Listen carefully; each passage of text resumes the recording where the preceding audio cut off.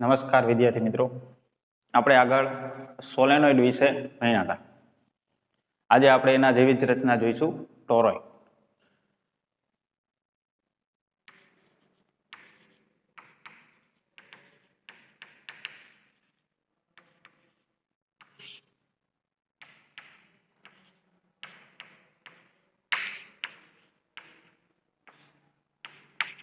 તો ટોરોઇડ એટલે જે આપણે સોલેનોઇડની ચર્ચા કરી હતી કે સોલેનોઇડ હોય એ એક હેલિકલ આકારનું પૂંછડું છે, એટલે કે પાસે આ રીતે રીંગો ગોઠવેલી હશે,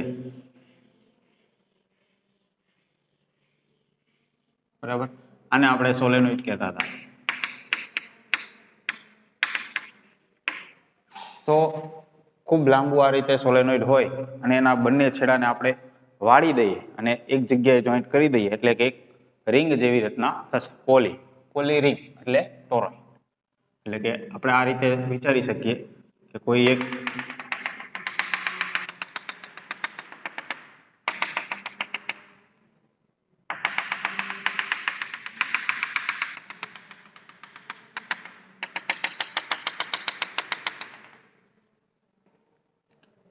ઉપર આપણે આ રીતે લઈએ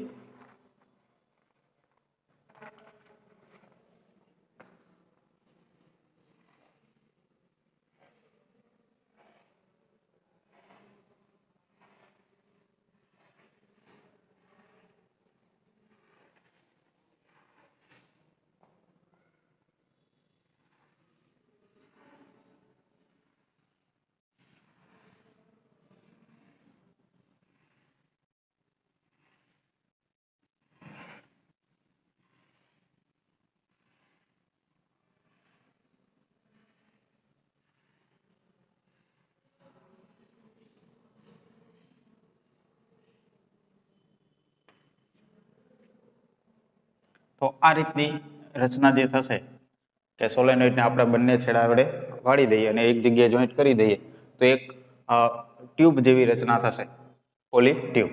તો આ રચના જે છે આને કહેવાય ટોરોઇડ.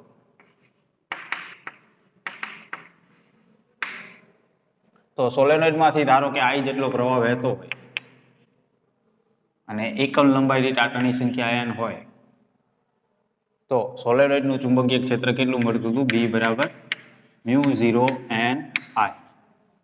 બરાબર. આ રીતે આપણને સોલેનોઇડનું ચુંબકીય ક્ષેત્ર મળતું હતું અને સોલેનોઇડનું ચુંબકીય ક્ષેત્ર એના અંદરના ભાગમાં સમાન રીતે હશે જો સોલેનોઇડ ખૂબ જ લાંબો હશે તો, અને બહારના ભાગમાં ચુંબકીય ક્ષેત્ર કેટલું હશે તો કે 0.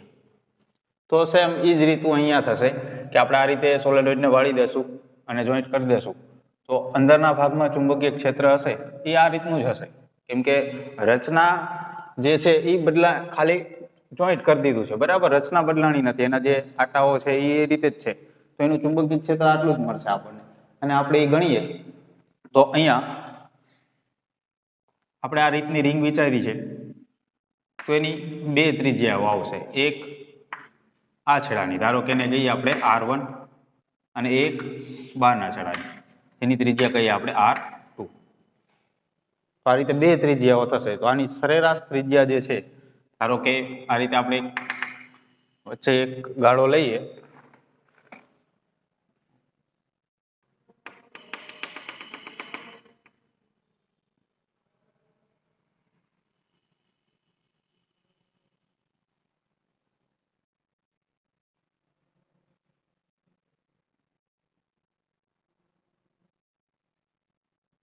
બરાબર. તો આ ત્રિજ્યા જેને આપણે R વડે દર્શાવીએ તો એ ત્રિજ્યા થશે R = R1 + R2 / 2. બરાબર. સરેરાશ ત્રિજ્યા લઈ લઈએ, કેમ કે ટ્યુબ છે તો એની ત્રિજ્યા કઈ ગણવી? બહારના ધારની ગણવી કે અંદરની? એટલે કે એ બંનેનું સરેરાશ જે આવશે એટલે કે વચ્ચેની લાઈન, આ ત્રિજ્યા આપણે એની ગણશું.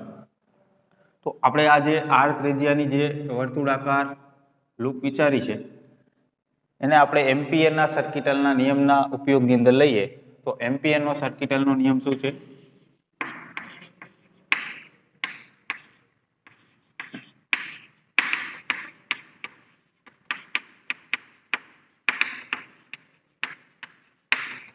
કોઈ બંધ લૂપ હોય એમાં ચુંબકીય ક્ષેત્રનું રેખા સંકલન મ્યુ0 અને ઘેરાયેલા વિદ્યુત પ્રવાહ જેટલું હોય.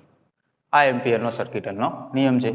તો આપણે અહીંયા ટોરોઇડની અંદર અમુક ધારણાઓ કરી લઈએ કે ધારો કે I જેટલો પ્રવાહ વહે છે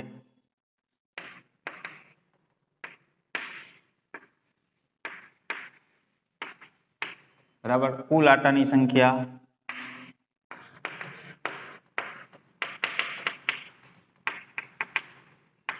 કેપિટલ N જેટલી છે. આવો આપણે ધારી લઈએ કે કુલ આટા જે છે ટોરોઇડની અંદર એ કેપિટલ N જેટલા છે અને એમાંથી વિદ્યુત પ્રવાહ જે વહે છે એ I જેટલો છે. તો એમ્પિયરનો સર્કિટનો નિયમ લાગાડીએ તો એની અંદર બંધ વક્ર ઉપર આપણે ચુંબકીય ક્ષેત્રનું રેખા સંકલન કરવાનું થાય. તો બંધ વક્ર કયો લઈશું અહીંયા? તો બંધ વક્ર જે છે એ આપણે આ જે R ત્રિજ્યાની રિંગ વિચારી છે, એટલે કે જે ખરેખર ટોરોઇડની ત્રિજ્યા કહેવાય, એ જ ત્રિજ્યાની આપણે એ જે રિંગ છે એ જ વક્ર આપણે લઈ લઈએ. બરાબર. તો આ જ આપણે બંધ વક્ર લઈએ તો એના ઉપર આપણે ચુંબકીય ક્ષેત્રનું રેખા સંકલન કરીએ તો અહીંયા પહેલા તો આપણે ડોટ ગુણાકાર કાઢીએ.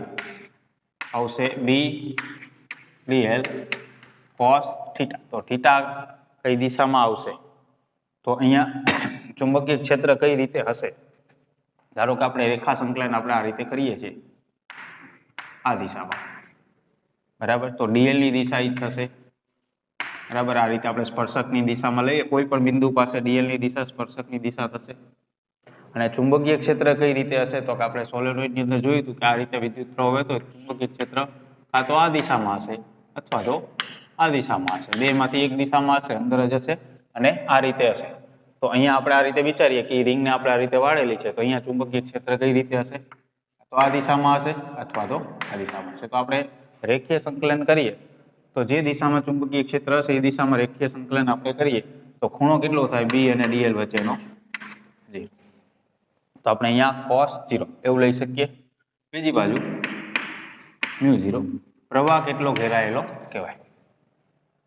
તો અહીંયા ઘેરાયેલો પ્રવાહ જે છે એટલે કે આપણે આ લૂપ જે લીધી છે એની અંદરના ભાગમાં આ દરેક આટાઓ અંદરના ભાગમાં આવશે. બરાબર. અંદર જઈ અને બહાર નીકળે છે. એ વક્રની અંદર જાય અને બહાર નીકળે છે. તો બધા વક્ર અંદર તો આવશે. તો બધામાંથી I જેટલો પ્રવાહ વહે છે બધી રિંગમાંથી. એક રિંગમાંથી I જેટલો પ્રવાહ વહે છે. તો એવા કેટલા આટા છે ટોટલ? તો કે N જેટલા આટા છે. બધી રિંગમાંથી I જેટલો પ્રવાહ વહે છે. બરાબર. I જેટલો પ્રવાહ એક રિંગમાંથી વહે છે I જેટલો પ્રવાહ. અને કુલ એવા આટા કેટલા છે? એવા કેટલી રિંગો છે? તો કે N જેટલી છે. તો આની અંદર બધી રિંગો આવે છે. આની અંદર તો બધા I જેટલા પ્રવાહ એની અંદર આવશે. તો ટોટલ કેટલા પ્રવાહ ઘેરાણા કહેવાય? તો એકમાં I જેટલો. તો ટોટલ N આટા છે. તો ઘેરાયેલો પ્રવાહ કેટલો થશે? N × I. બરાબર. આટલો પ્રવાહ ઘેરાયેલો કહેવાશે. તો હવે આગળ ગણીએ ચુંબકીય ક્ષેત્ર. તો અંદરના ભાગમાં ચુંબકીય ક્ષેત્ર બધી જગ્યાએ કેવું હશે? એક સરખું જ હશે. આ રીતે એક જ, કેમ કે આપણે અહીંયાની અંદર જોયું હતું ચુંબકીય ક્ષેત્ર કેવું હશે? એક સરખું જ હશે. તો ચુંબકીય ક્ષેત્રની કિંમત અચળ લઈએ અને બહાર કાઢી લઈએ તો ખાલી dl નું સંકલન વધશે મ્યુ0 n. તો હવે આનું સંકલન કેટલું આવશે? તો dl ખંડનો સરવાળો કરતા જઈએ એટલે આ વક્ર ઉપરની આ દરેક લંબાઈ આવશે અહીંયાથી અહીંયા સુધી. એટલે કે આ વર્તુળનો પરિઘ થશે. રેખીય સંકલન છે. બરાબર. ક્ષેત્રફળનું નહીં.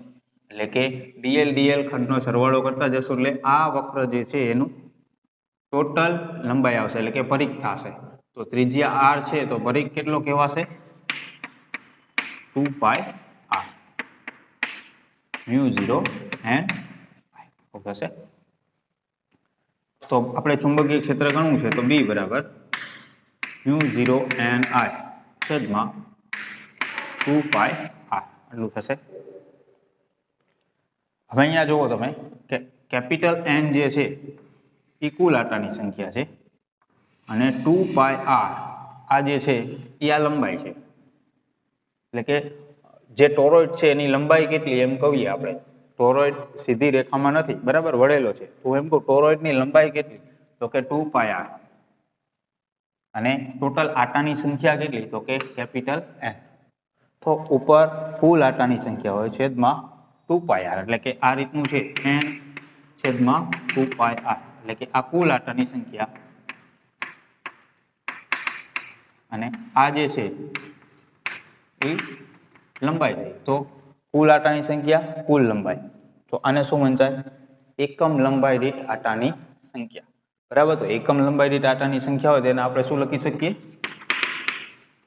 Small n. તો એની જગ્યાએ સ્મોલ n આવી જશે. તો આ રીતનું સમીકરણ આપણને મળી ગયું જે સોલેનોઇડની અંદર હતું.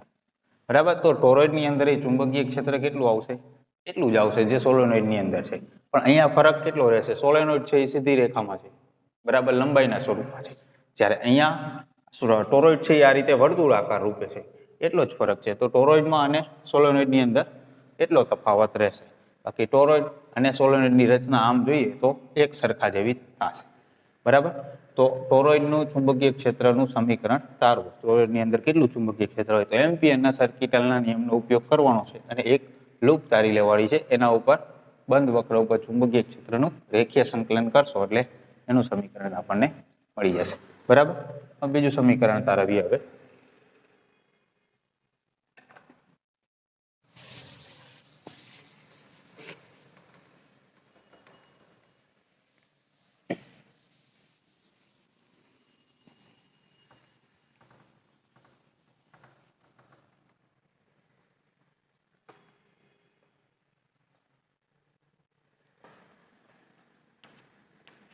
બે અનંત લંબાઈના તાર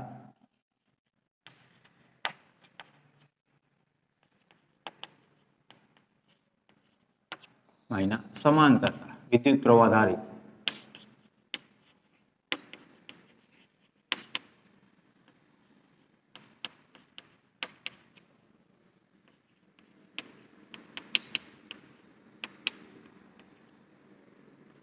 વચ્ચે લાગતું બળ. એટલે કે બે તાર,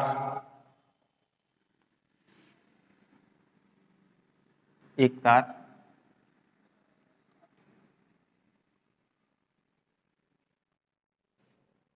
એક તારને આપણે કહીએ સ્મોલ એ, બીજા તારને કહીએ આપણે સ્મોલ બી. અનંત લંબાઈના છે, બરાબર. એ રીતે આપણે અને બંનેમાં પ્રવાહ જે વહે છે, ધારો કે એક દિશામાં વહે છે એવું આપણે લઈએ. એકમાં I A, બીજામાં I B. બરાબર. તો બે સમાંતર તાર છે અનંત લંબાઈના, બંનેમાં પ્રવાહ એક જ દિશામાં વહે છે એવું આપણે લીધું છે. વિરુદ્ધ દિશા લઈએ તો પણ ચાલે. બરાબર. તો આપણે અત્યારે એક દિશામાં લઈએ અને ગણતરી આગળ કરશું. અને બે વચ્ચેનું અંતર આપણે ધારી લઈએ. ધારો કે આ બે વચ્ચેનું અંતર, લંબ અંતર d જેટલું છે. તો અહીંયા આ બંને તાર વચ્ચે કેટલું બળ લાગશે એનું સમીકરણ આપણે તારવું છે. બરાબર. તો એ તાર અને બી તાર બંનેમાંથી પ્રવાહ વહે છે તો બંને ચુંબકીય ક્ષેત્ર ઉત્પન્ન કરશે. એટલે કે આપણે એવું કહી શકીએ કે એ તારના ચુંબકીય ક્ષેત્રની અંદર બી તાર રહેલો છે, અથવા એવું પણ આપણે કહી શકીએ કે બી તારના ચુંબકીય ક્ષેત્રની અંદર એ તાર રહેલો છે. એટલે કે અહીંયા એ તાર બી તાર ઉપર બળ લગાડશે અને બી તાર એ તાર ઉપર બળ લગાડશે. કે અહીંયા બે બળ લાગશે, બંને તાર એકબીજા ઉપર બળ લગાડશે. તો આપણે કોઈ એક બળ ગણીએ પહેલા. તો આપણે એવું ગણીએ કે એ તાર દ્વારા બી તાર ઉપર લાગતું બળ.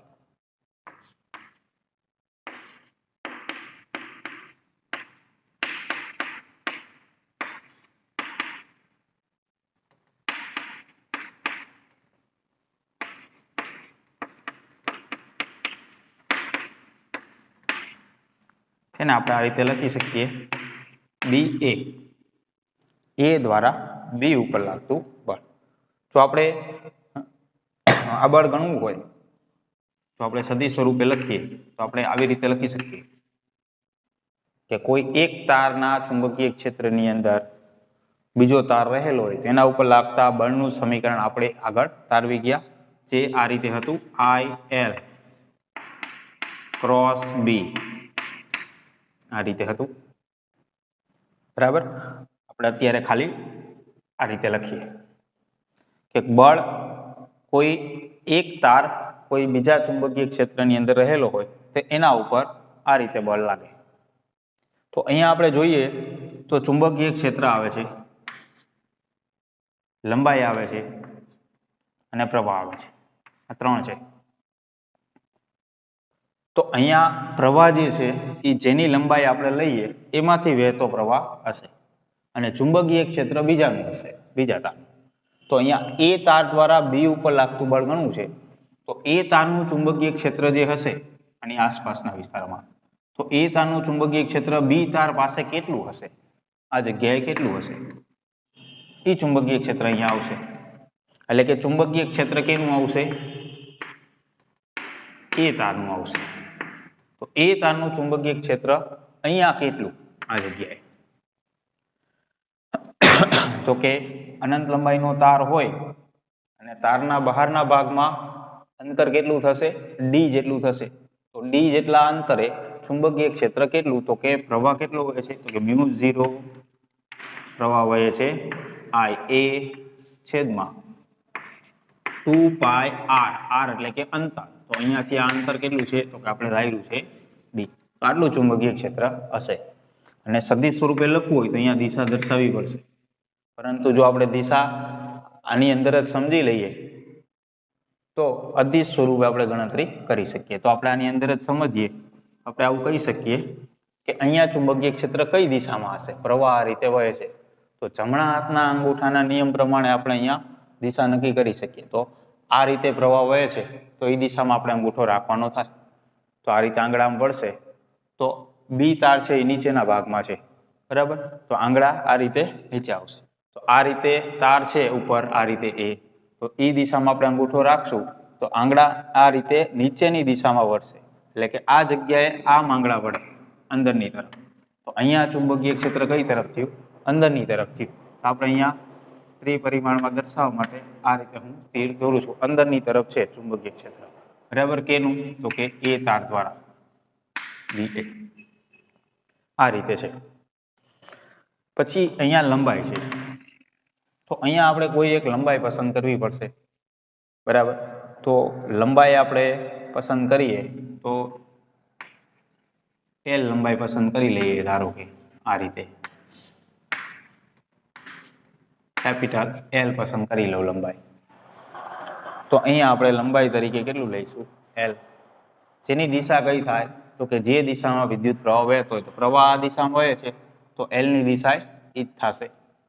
એટલે કે લંબાઈની દિશા આ આવશે, L ની દિશા. તો B ની દિશા અંદર આવશે, લંબાઈની દિશા અંદર આ રીતે આવશે, બરાબર. આ રીતે થશે. તો બળ કઈ દિશામાં લાગશે, તો બળ જે છે એ ક્રોસ ગુણાકાર છે L અને B નો. તો L થી B તરફ આપણે આંગળા વાળશું, અંગૂઠો જે તરફ રહેશે એ તરફ બળ લાગશે. તો વિચારો તમે, L આ તરફ છે આ દિશામાં, B અંદરની તરફ છે આ રીતે.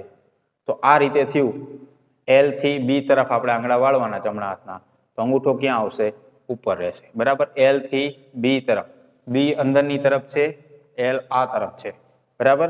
તો L થી B તરફ આંગળા વાળશું તો અંગૂઠો ક્યાં આવશે, ઉપર. એટલે કે આ રીતે બળ લાગશે ઉપરની તરફ, બરાબર. આ રીતે બળ લાગશે. તો અહીંયા આપણે આવી રીતે લખીએ કે F VA is equal to I. પ્રવાહ કયો આવશે, તો કે જે તાર ઉપર બળ લાગે છે એનો પ્રવાહ આવશે IB L ક્રોસ BA, આવું થશે. એ તારનું ચુંબકીય ક્ષેત્ર આવશે, પ્રવાહ B તારનો આવશે અને લંબાઈ આપણે L તારી લીધી છે. તો અહીંયા ક્રોસ ગુણાકાર કરીએ, જો અદિશ સ્વરૂપે લખવું હોય FBA, તો પહેલા તો ખૂણો જોઈએ. તો L અને B વચ્ચેનો ખૂણો કેટલો આવશે, 90 ડિગ્રીનો બનશે. બરાબર, કેમ કે એલ ની દિશા આ છે, ચુંબકીય ક્ષેત્ર અંતર તો 90 ડિગ્રીનો બને તો ક્રોસ ગુણાકાર કાઢીએ તો સાઇન થીટા આવશે, તો સાઇન થીટા આવશે તો સાઇન થીટાની જગ્યાએ 90 આવશે, સાઇન 90 કેટલું થઈ જશે? 1 થઈ જશે, બરાબર. તો આપણે અદિશ સ્વરૂપે આ રીતે લખી શકીએ. અહીંયા આની કિંમત આપણે મૂકી દઈએ તો કે એફ બી એ બરાબર આઈ બી એલ બી એની કિંમત આપણને આટલી મળે છે, મ્યુ 0 આઈ એ છેદમાં 2 પાઈ ટી, બરાબર. આ રીતે થશે. તો અહીંયા આપણને બંને પ્રવાહ બળના સમીકરણની અંદર જોવા મળે છે. એક લંબાઈ આવે છે, બરાબર, જેટલી લંબાઈ ઉપર આપણે બળ લાગે છે જોઈ છે એટલી લંબાઈ આવશે. મ્યુ 0 જે અચળાંક છે શૂન્ય અવકાશની પરમિએબિલિટી, અને ડી, તો ડી જે છે એ બે વચ્ચેનું અંતર આવશે, બે તાર વચ્ચે કેટલું અંતર છે, બરાબર. અને બળની દિશા કઈ આવી તો કે એ તાર દ્વારા બી તાર ઉપર બળ ગયું તો આ રીતે એ તરફ, એ તાર જે તરફ છે એ તરફ બળ લાગે છે, એટલે કે એ તાર જે છે ઉપર છે, બી તાર છે એ નીચે છે, તો બળ આ રીતે લાગે છે ઉપરની તરફ, આવી રીતે એ તાર તરફ લાગે છે બળ, જે આપણે જોઈ શકીએ. પણ આની જેમ જ આપણે બી તાર દ્વારા એ તાર ઉપર લાગતું બળ ગણીએ તો બી તાર દ્વારા એ તાર પર લાગતું બળ ગણીએ, એટલે કે જેને લખશું આપણે એ બી, બરાબર. તો એ પણ આટલું જ મળશે, મ્યુ 0 આઈ એ આઈ બી એસ છેદમાં 2 પાઈ ડી, આટલું જ મળશે.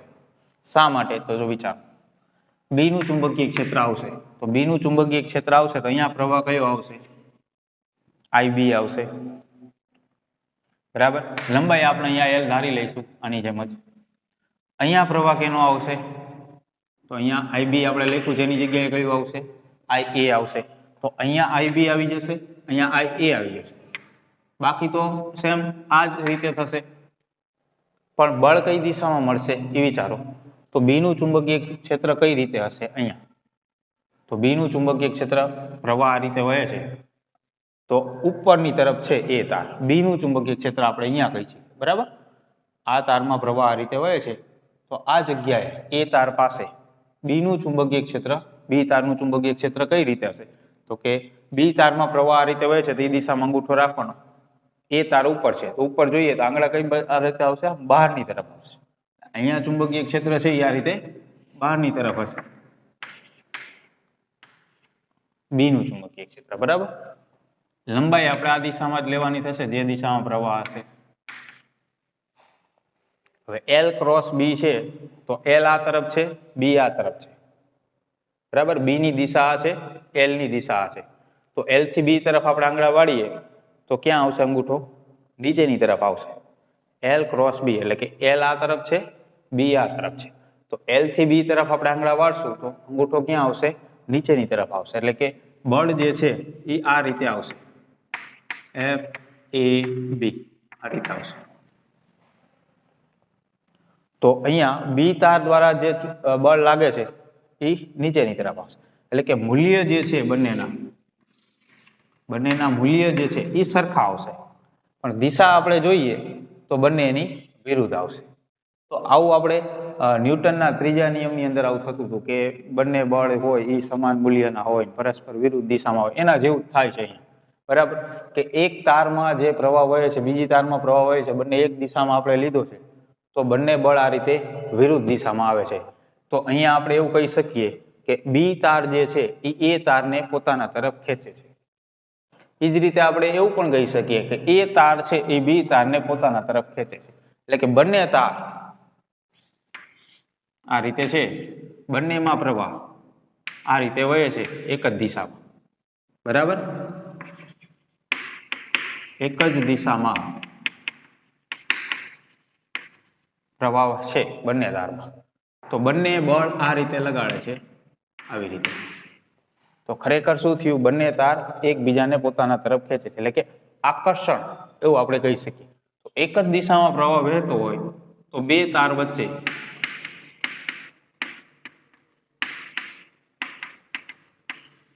આકર્ષણ થાય તો આવું MCQ ની અંદર પૂછી શકાય. યાદ રાખવું, બંને તારમાં એક દિશામાં પ્રવાહ વહેતો હોય તો બંને વચ્ચે આકર્ષણ થાય, એટલે કે બંને તાર એકબીજાને પોતાના તરફ ખેંચશે, પોતાના તરફ બળ લગાડશે. એ જ રીતે આનાથી ઉલટું પણ થશે. આવી રીતે એકમાં પ્રવાહ વહે છે એના કરતા બીજામાં વિરુદ્ધ દિશામાં વહે છે. બરાબર, એટલે કે આપણે એવું કહી શકીએ વિરુદ્ધ દિશામાં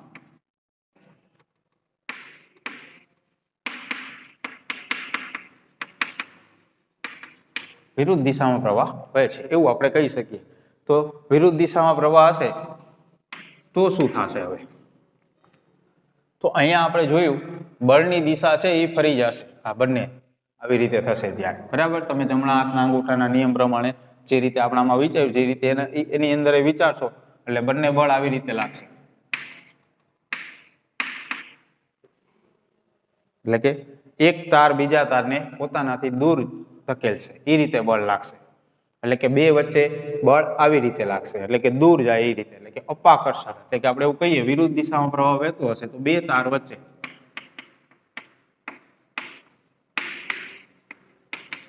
અપાકર્ષણ થશે.